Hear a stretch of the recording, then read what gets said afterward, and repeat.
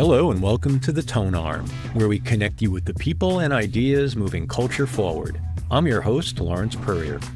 We're putting the Tonearm's needle today on Bellbird, a Montreal collective that formed during pandemic park jams and has since become one of the most compelling voices in Canada's avant-jazz scene. Bellbird is Claire Devlin on tenor sax, Allison Burik on alto sax and bass clarinet, Eli Davidovici on bass, and Mili Hong on drums. No guitar, no piano, just three mostly single-note instruments and a drum kit, which turns out to be more than enough. Their debut, Root in Tandem, earned serious praise, and their second album, The Call, came out February 6th on Constellation Records. It was built from birdsong transcriptions, Mary Oliver poems, and sessions in the countryside, and it does not sound like anything else on the Storied label's roster. Two members of the collective, Claire Devlin and Eli Davidovici, are here to talk us through all of it. While you're listening, visit us at thetonearm.com. There you can subscribe to our newsletter or help us to do more of what we do by becoming a paid supporter. And now, Claire Devlin and Eli Davidovici of Bellbird.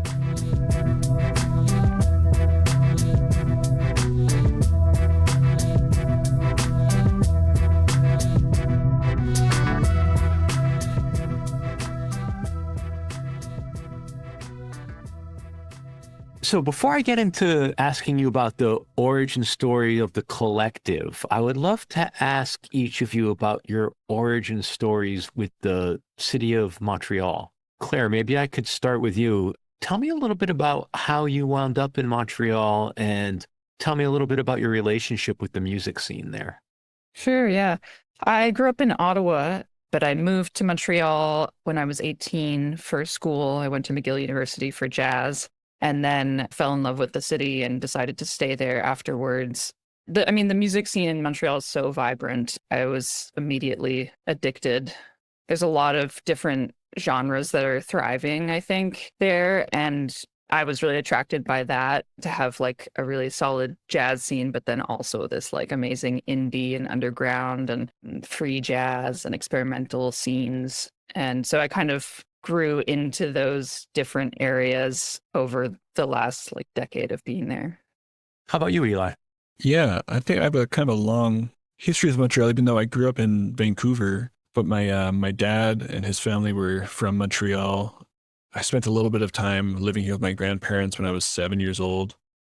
Apart from that, I hadn't really spent much time in my teenage years until I had a lot of friends moving to Montreal. There's a lot of musicians I really admired and was checking out from Montreal. And so I had this thing where I'd come visit Montreal and had this plan to move to Montreal and maybe go to school, and it didn't really work out for a while. And it wasn't until I was 26 that I moved here permanently. And it was something that I was, some of it makes a lot of sense because I have that familial connection and there was this sort of, this draw of it, but it felt like kind of a calling. I really wanted to come here and move here, and yeah, finally did. And it was like any move, exciting but challenging. And I think it was but a few years into it when I felt like I'd really settled here, and it was like, okay, this is my home. I'm both blown away and excited by the music scene, but it doesn't feel like this foreign thing anymore. It kind of feels really familiar to me. And I've had this experience of still loving Vancouver, but not having that same connection anymore because it's been almost 8 years since I've been away. Or not living there, at least. I mean, they're both beautiful cities. It's hard to go wrong in either place. True. How did you and Claire cross paths initially? I think I asked Claire to play a gig the first year. It's probably just a few months after I moved here. I was, just trying to meet people. And I don't think I'd ever seen Claire play, but I had sort of seen her name around and heard her play, maybe like on the internet, that sort of thing. But my roommate, Pompey, a great musician in Montreal, he recommended for this gig that I was doing with him to hire some people, and Claire's name came up, and it was, so right away, just having Claire, rehearse some weird music with me, do a gig at Résonance Café. That's kind of the origin, I guess, or the first time we got to play together. Hey, Claire, tell me a little bit about the role of the, I don't think I fully grasped what was happening there at the beginning. During the pandemic, was there some effort to like jam in the park or something like that? What was going on there? Yeah, so Mili and Eli were kind of the organizers of those park jams up in the neighborhood of Park X in Montreal. It was just a way to play with people when we were in lockdown. I mean, the lockdown in Montreal was super intense. There was curfews and stuff. And so we were dying to play with each other, missing all of the opportunities and the venues and everything. And so Mili and Eli started doing these park jams. And first, Allison was doing it and I joined later. But that was kind of how we all became friends as a group, I guess. And then from that, the band formed somewhat organically. It was like a gig that I had gotten at the Ottawa Jazz Festival. And I just decided, oh, these are the people that I've been playing with. So let's do a kind of a collective project where we all bring in music. And that was how it began. Yeah, that was going to be the next question I had for you, is sort of at what point did you realize that those pandemic jams needed to become something more sort of codified into a collective or a band? And it sounds like the necessity of putting a band together is what drove it.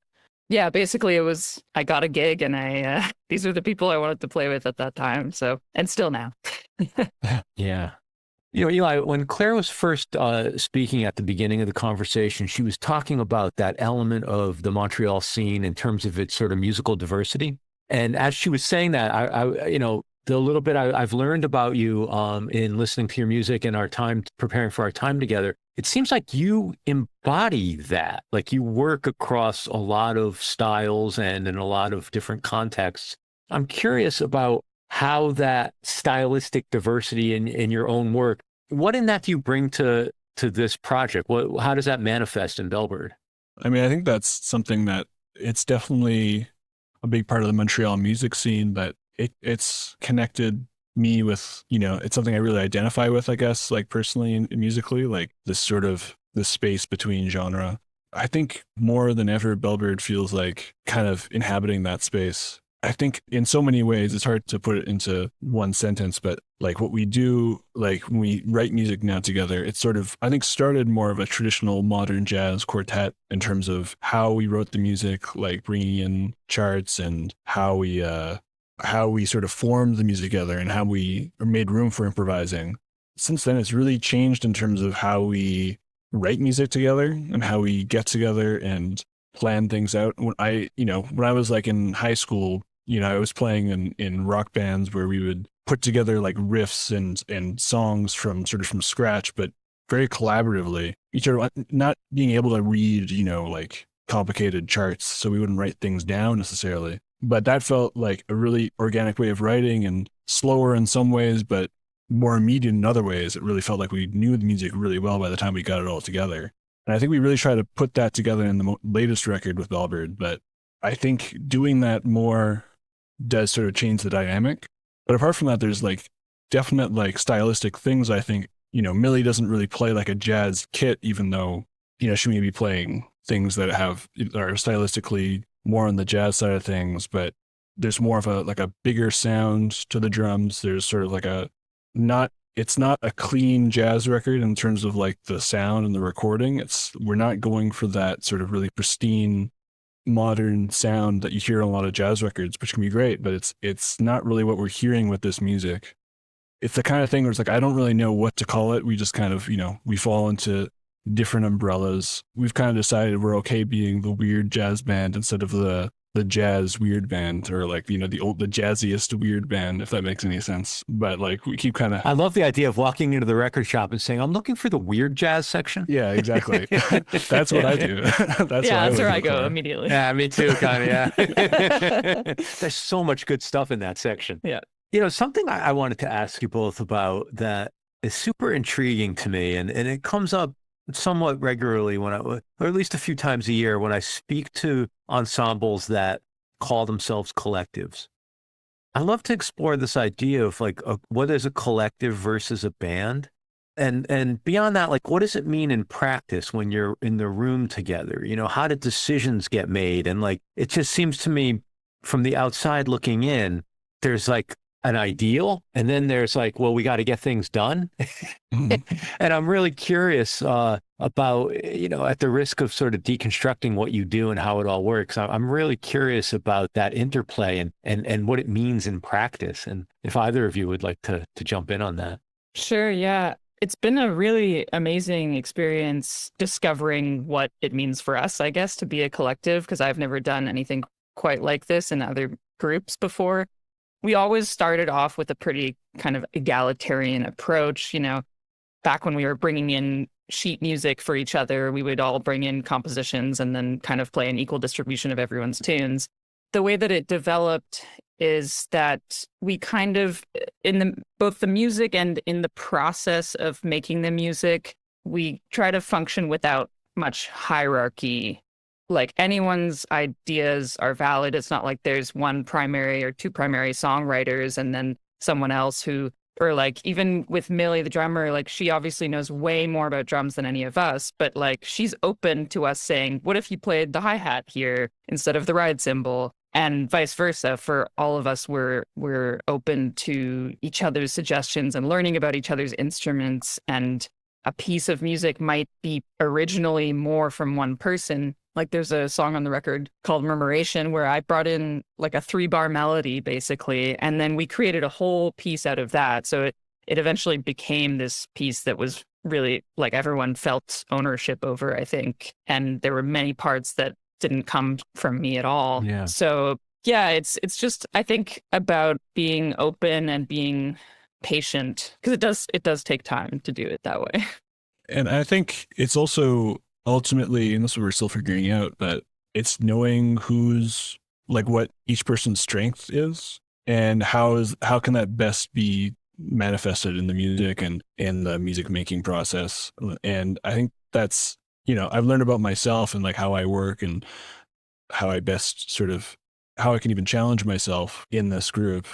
But I think we are pretty successful with the egalitarian thing. But like you kind of, I think, implied, is you do have to make decisions sometimes. And like how that decision making happens, it's not that one person is like, okay, I'm going to make the decision and, I'm not going to listen to your ideas because we got to get this done. It's more like, how can the group itself sort of become its own self-sustaining thing, and how can that best happen? And sometimes it means that I'm going to be over here taking care of this, and I fully trust Claire to be taking care of emailing the jazz festivals, or or like in terms of the music, like we're not all soloing all the time, or we're not all like improvising and jumping around with complete freedom. We have some very structured music sometimes, and that's something that I think we really embrace. Like I'm fully embrace being a supportive bass player when I need to be, but I also get a lot of opportunities to fulfill a different role in music. It's something that's constantly evolving, I guess. So with all that said, is the designation as a collective a term you use? Like, is it a mindset, or do you use it interchangeably with the word band? Like, is there a difference? Sorry to belabor it. I just find it all so fascinating. I think among ourselves, we do use it interchangeably, but I think there is a difference, and we do specify collective a lot of the time in our, write-ups and stuff, because it implies something a bit different. I think band could be, one person is the star and the leader and the writer and the kind of, it's their brainchild, but it's really not the case here. And I think that's what's different about it being a collective is just the collective nature, the egalitarian nature. Yeah, I think it's also just like it shows up in things like the composing credits, like it's something that's maybe a detail that doesn't matter as much to so many people. But the first record, I think we had really split it up in terms of who had written what song. But most of the songs on the record, we just split it 4 ways, because it's like, it was like, this feels like a Bellbird songs. None of them really feel like my songs and only my songs. I think there's a few that we, Allison, they had written Blowing on Embers, and that feels like their song. But even then, we all kind of wrote it together. It feels like it's very much going through this thing that's Bellbird. And what's been really great is to see how Bellbird has grown over time into becoming this thing that's greater than the sum of all 4 of us. I'm also curious about the role that some of the other, I want to make sure I ask you this correctly, and if I don't, please set me straight. But my understanding from what I read was that you transcribed sort of the sounds of nature and environment and used those as musical material as opposed to just using those as like conceptual prompts or inspirations. Am I articulating that correctly? And I would love to hear you elaborate on that. It definitely does serve purpose of inspiration. And I think the setting we were in when we did a residency in Orford, Quebec, was super inspirational to how we were writing music at the time. And it's very personal. Like, so I listened to some of the songs on the record. It really brings me back right away to those moments. We did, and this, I think we have to really credit Allison with a lot of this, that they did a lot of recording or taking transcriptions of bird sound specifically and used that for some of the pieces we were writing. So the call is like the most obvious example on the record because it's taking the call from the actual white bellbird from the Amazon. And this isn't like, we didn't make this recording. Allison just took the recording because it's, it's a relatively rare bird, but a really crazy sounding bird. Like it's the loudest known bird call, and it's got this like amazing sort of timbre to it, and really kind of it's hard to even, I can't even think of the adjective, but it's terrifying. And they sort of transcribed it and spectrally analyzed it to sort of figure out what was going on rhythmically and melodically and sort of harmonically, and use that as a basis to write that tune. And that's kind of a big part of the song. And that's, on the one hand, that's showing up in the material of that one song, but also some of the decisions we made in arranging it, we, I think, sort of reflexively went back to being like, wanting to capture our feeling of listening to that sound. So I think the multiphonics and the horns, the sort of the drum and bass hits, they have this sort of feeling to it that I think is trying to capture that, which is more sort of an emotional aesthetic thing we're going for, while at the same time, there is this actual musical material sort of underpinning it that's connecting it as well.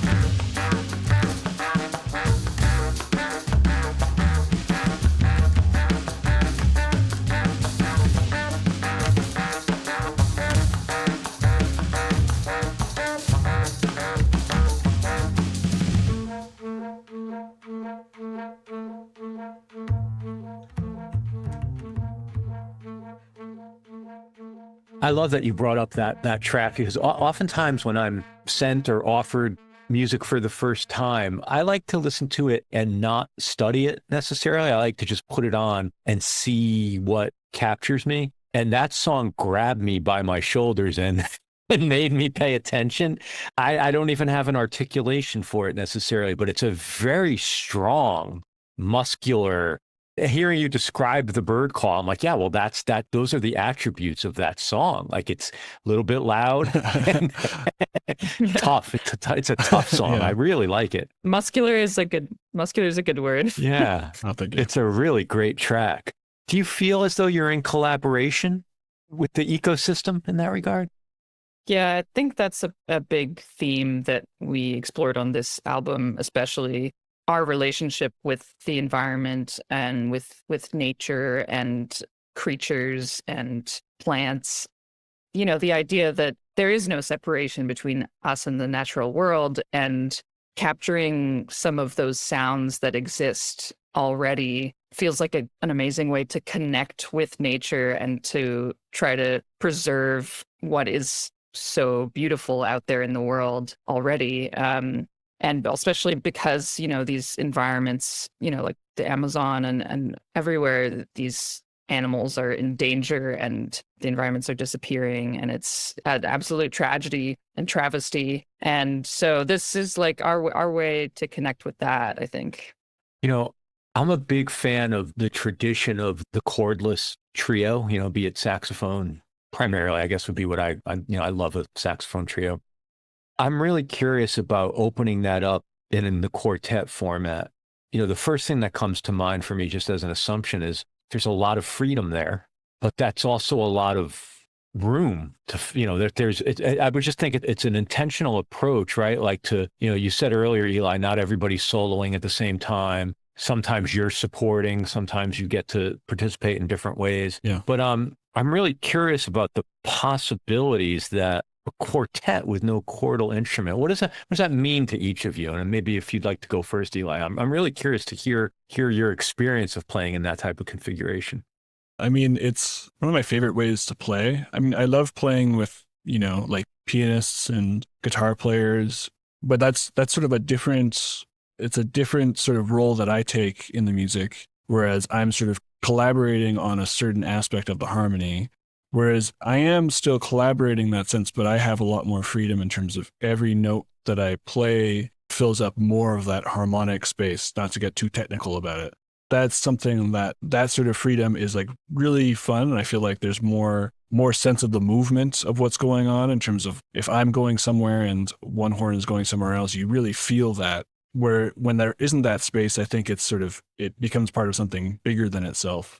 But one thing that's really cool about this group is I think it always starts off, you really start to feel that space when you start playing with a group like that, and you figure out how to make it work or how much you should be doing or how much you should not be messing with that space. But I do think it feels very full a lot of the time. And maybe that's just the way that we play or how comfortable we are. But I forget that we're just a chordless quartet sometimes because it feels really big. And I think that sometimes some has to do with decisions we've made, something that's kind of an unspoken thing. But like on this record, what we did, we considered actually like bringing in electronic sounds and extra sort of textures to play with. But we kind of made the decision like, let's leave that and let's explore more what we can just with these 4 instruments. Because I feel like after the first record, there was so much more left to try and to check out. I think that really had a huge hand in shaping what this record sounds like. Claire, how about for you? Yeah. I'll just add that it is both a beautiful opportunity to try different roles when there's no piano or guitar, and also a huge challenge. Like I find we just got back from a tour of Western Canada, and like those gigs are so exhausting for me. I'm playing way more than I play in other ensembles, like the saxophone is on my face for more of the time because I'm playing the melodies and I'm playing solos, and I'm also accompanying a lot of the time for a drum moment or a bass moment or whatever. Wow. And so it's like presents a lot of opportunity for growth in that way because it's quite challenging. Yeah. Something I hear from both of you is that you really get to, you're tapping into different sort of musical muscles in a lot of ways. I'm really curious, just to follow up with that on that point, Claire, the experience of playing with Allison and the different instruments, like how does your approach on the tenor change when Allison is switching between the different clarinets? Like, unpack that a little bit for me, if you don't mind. Sure, yeah. Yeah, great question. No one's ever asked me that. It's super fun for me because, like, again, I get to the tenor saxophone and the bass clarinet have a similar range, but bass clarinet can go lower. So when we're in that configuration, I tend to take the higher voice. And so I'm up in this upper range of the tenor saxophone, which is really like kind of sings in this nice way. And it's quite a nice timbre to have the bass and the bass clarinet too, like the double bass and bass clarinet playing underneath the saxophone melody. And then when Allison plays alto, that, I mean, in some ways to me feels like a more traditional jazz configuration. And so I'm playing often just under Allison in terms of like the harmony, I'm playing like a note that's lower. That's an entirely different blend that we have to find with each other. Just having that, like those 2 different instruments that Allison plays, alto sax and bass clarinet, creates a huge world of opportunity for the rest of us because it changes our approach to our own instruments and our approach to arranging and to composing and improvising. Yeah. I love the bass clarinet with the tenor and the dynamic you described with the double bass. Like that to me that's a very, very beautiful place to dwell in for a little while sonically. Absolutely. Yeah. We definitely tried to tap into that more on this second record. Yeah, totally. And Eli, for you, tell me about your relationship in the rhythm section, because, again, you started to speak to it earlier, like the way the boiler room works in this group is like the drum and the bass they have their own thing in terms of who's getting to do what, or to say it less glibly, like the challenging of the traditional roles and the reinvention that seems to be going on is another very exciting part of what y'all are up to. How much of that is dialogue? And I mean verbal dialogue, as opposed to, it gets worked out while you're playing. Are you going into that with an intention? Yeah, I think that's something that on the first record, I think was a bit more unspoken because, me and Mili have played for years before Bellbird too. So it's, we kind of developed a bit of a thing that we have talked about, but haven't at the same time. So in terms of like, momentum or who does what, where, a little bit of that is sort of just like a natural chemistry that you build over time. And I think with the band, we've definitely done that. Having spent so much time with Bellbird, we do, like, especially during residencies, we've had more time and in the studio to talk about specifically, what's going on and what we should do. And maybe let's try something a little bit counterintuitive because, we have our tendencies and our attitudes and we'll go in a certain direction. And maybe we do that because it feels good and it sounds great. But sometimes it's great to go against that a little bit and see what happens if you do fulfill a different role, or maybe you don't provide the support that you really feel like you should at a certain time because you want to build some tension in the music. I think we've done that a lot more, but there's a natural challenge to just being bass and drums in that rhythm section because you just have fewer people to kind of make something feel really big and really, really strong. But I think so many people have done it in the past so well that we have a lot to kind of draw on in terms of influences and a thing that we're going for that I feel like still has that strength. But it's kind of thing I said earlier that I think sometimes it feels bigger than a quartet. And I feel like that's part of that is, me and Mili, but it's definitely like, I can't fully separate it from the two horns because Claire and Allison do support and add some strength to a lot of what's going on at many times in music. Even if they're maybe not like strictly a part of the rhythm section all the time, there's just that bleed into both the rhythmic side of things, but also just the sound and the warmth and the things. Sometimes as a band or the rhythm section, you're also just providing like a feeling before you can even think about the rhythm or the groove and those things that come later. And that's something that I think as a band, we're all doing all the time, if that makes sense. The Tonearm will be right back after this break. After listening to this episode, head to thetonearm.com, our online journal covering unexpected music and culture.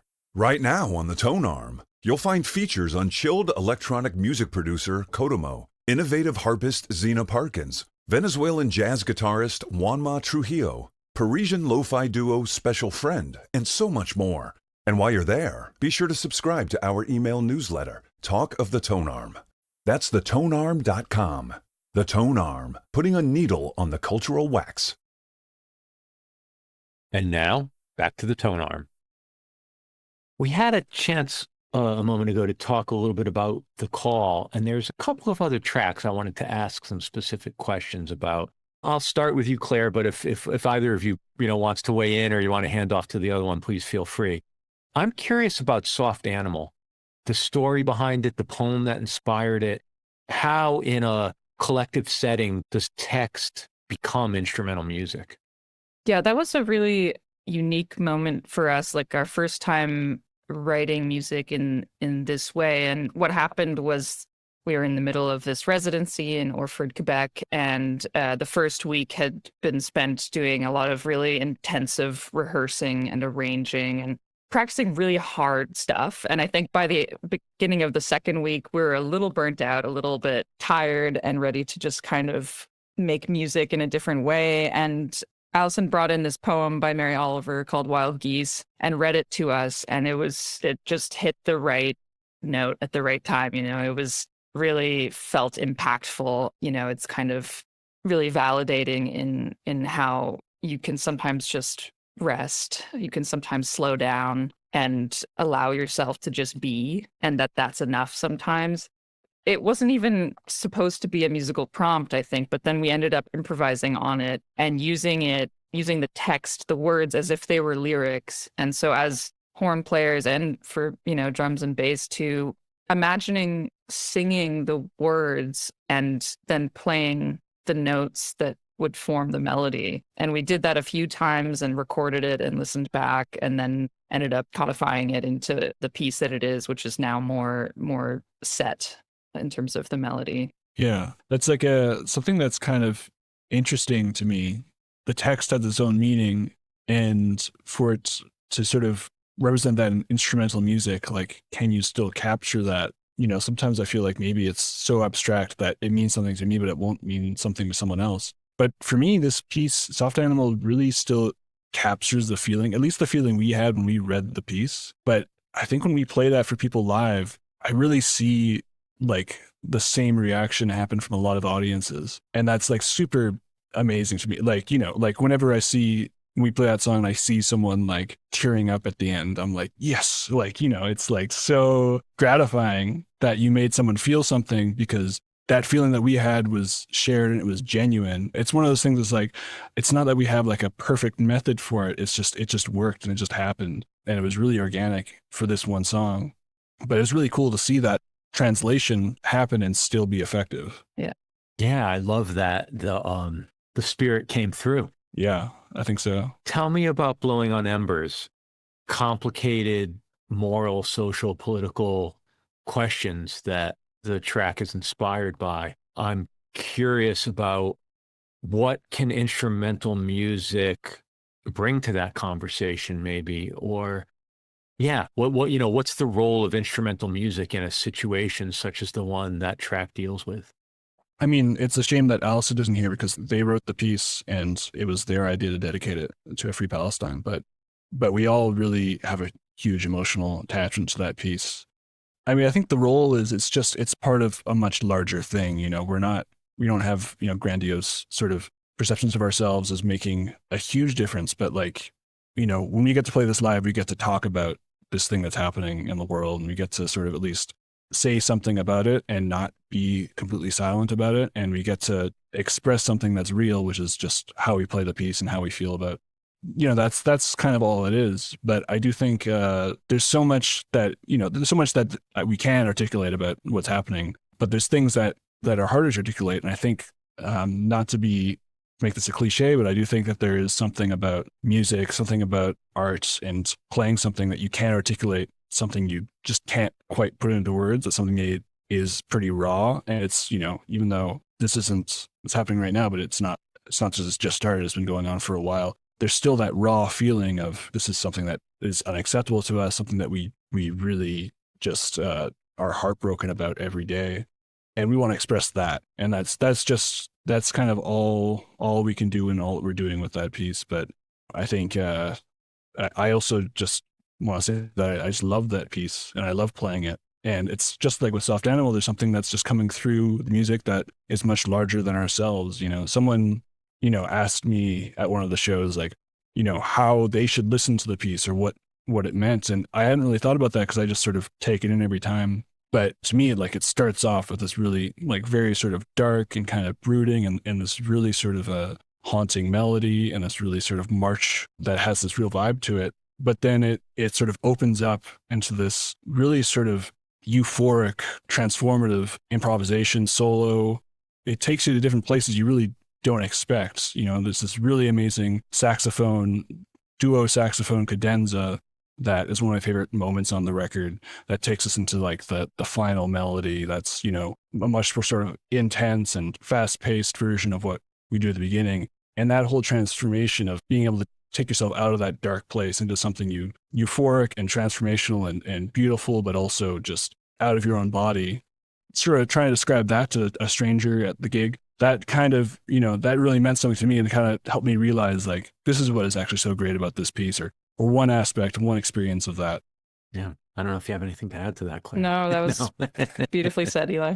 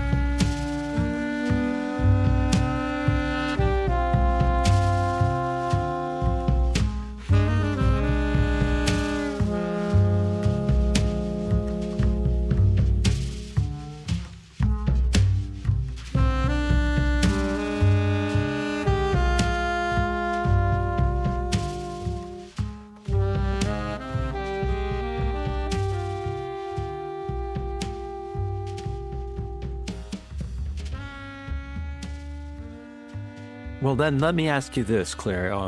I'm interested in hearing a little bit about the label that you're signed to, Constellation. I think if the listeners are familiar with Constellation, there might be an aesthetic or an identity that the label could be known for. And I'm curious how this group does and does not. What does it mean to be a Constellation artist for Bellbird in particular? And what does it mean for Constellation to have Bellbird, if you felt comfortable saying that?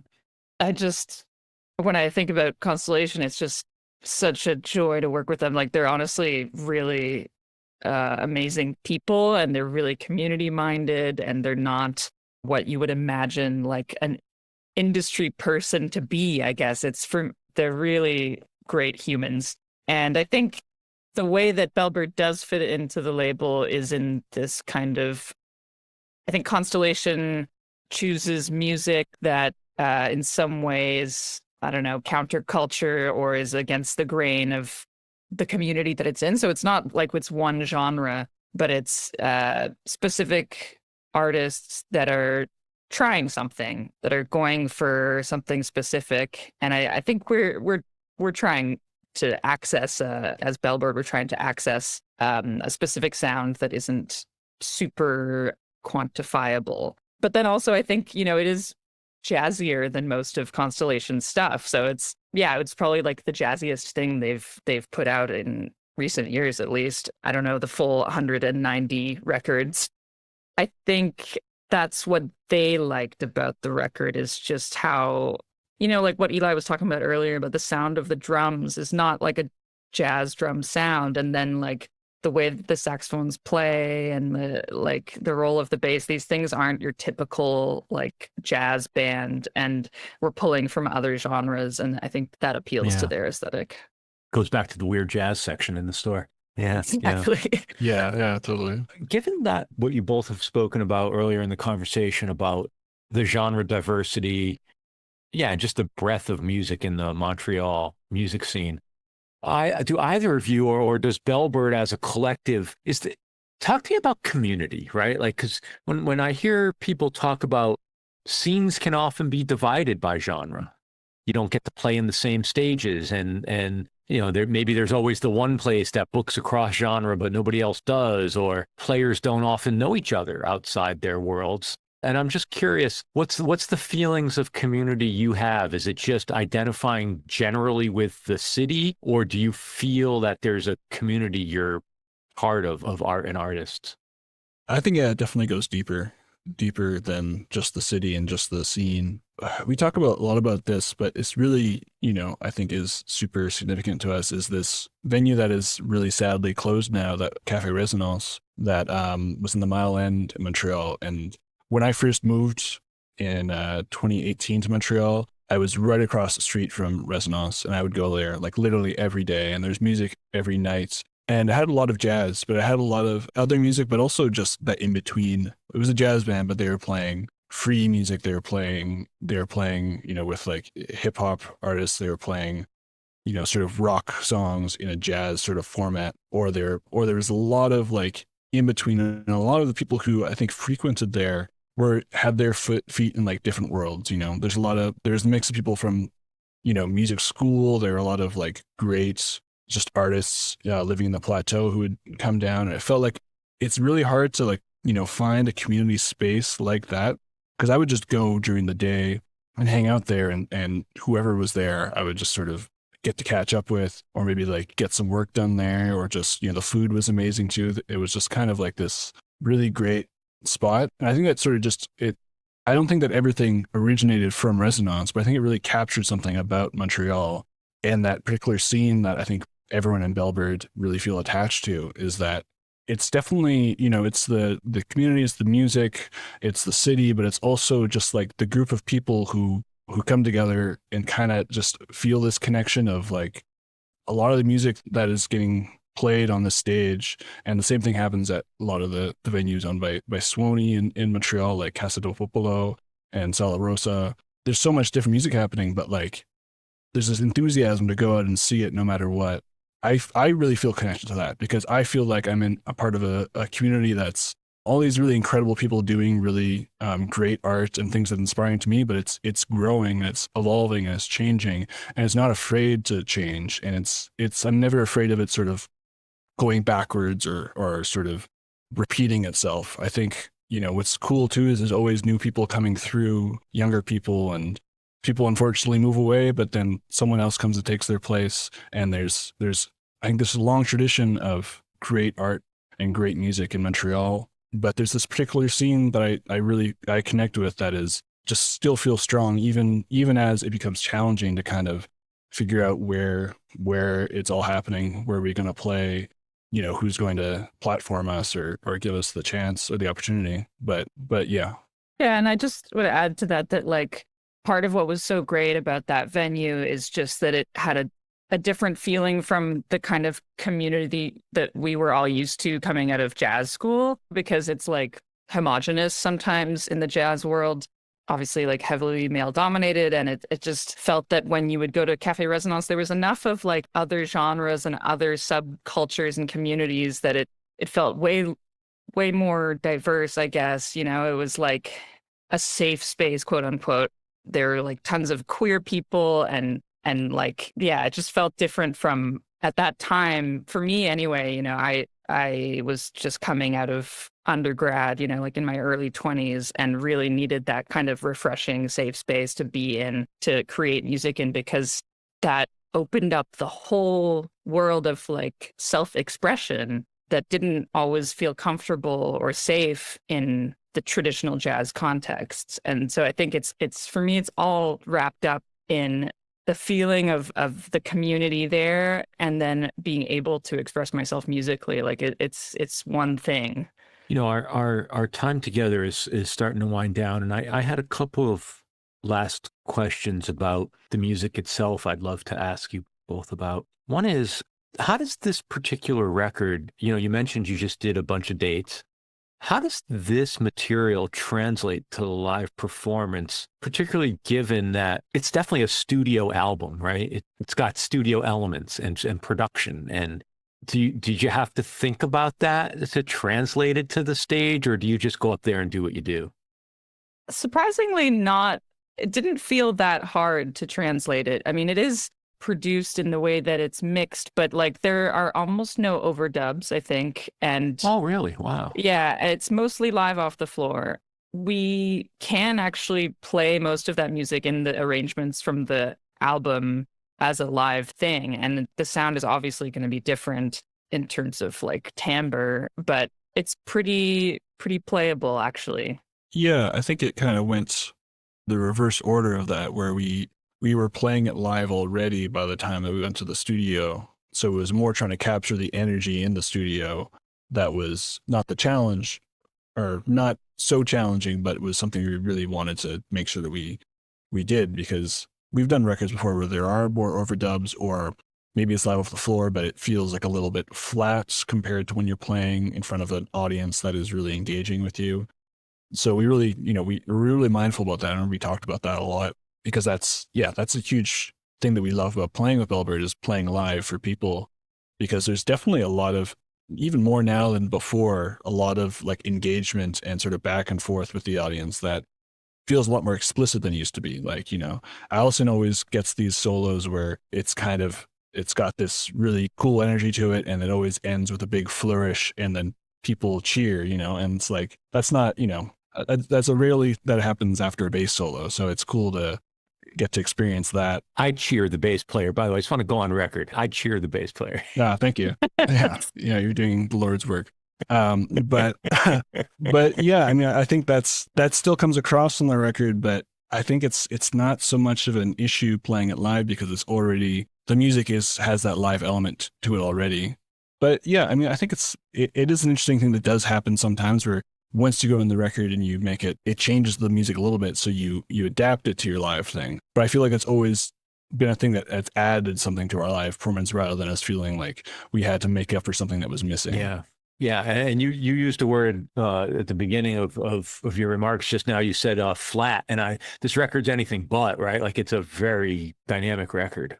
My last question has to do with the way Bellbird engages with with addressing the theme of the climate crisis and the commentary in the music and the interplay with the natural elements that you used.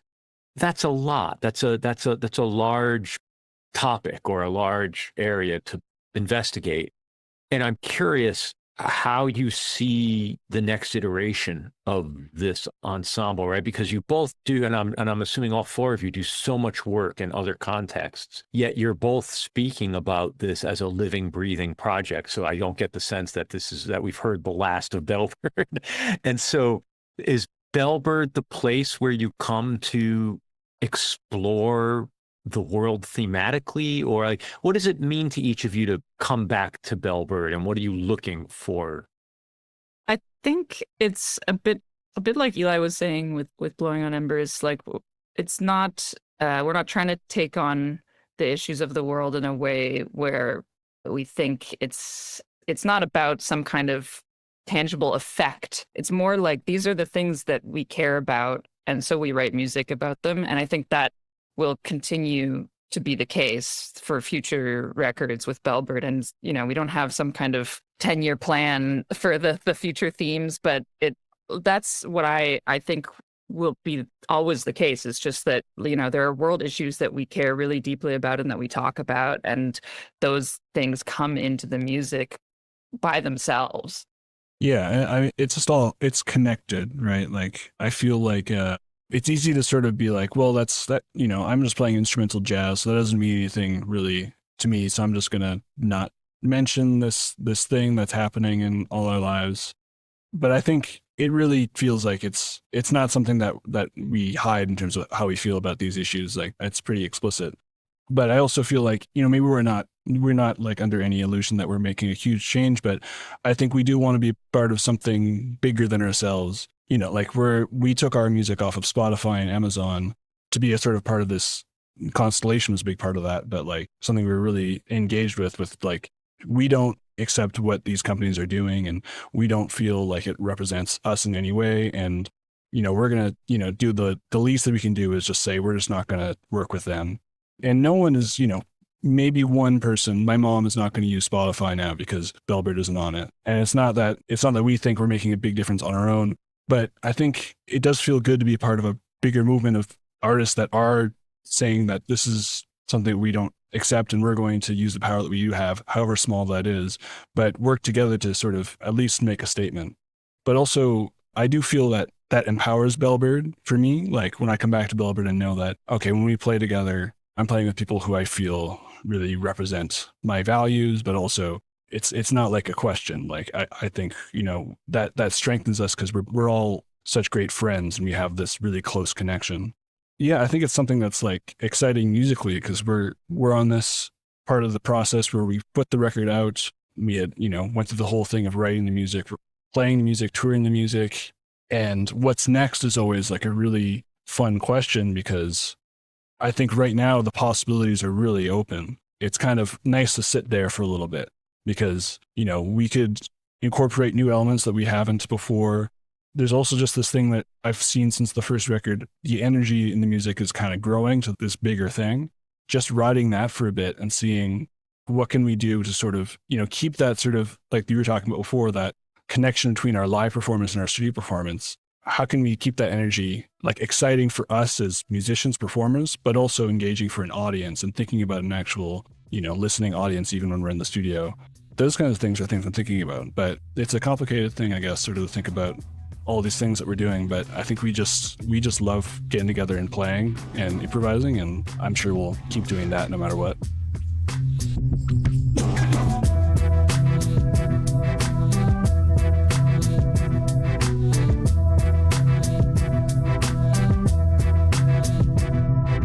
Thank you so much, Claire Devlin and Eli Davidovici, and in fact, thank you all of Bellbird. Thank you for tuning into the Tonearm. If you enjoyed this conversation, check out the nearly 300 episodes available in our free archive at thetonearm.com.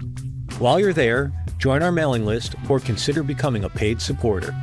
The Tonearm is executive produced and hosted by me, Lawrence Purrier. We're produced and marketed by Michael Donaldson. Editing and sound design is by Terry Grant. And our theme music is by Birdie, spelled B-U-R-D-Y. Thanks for listening, be safe, and stay in touch.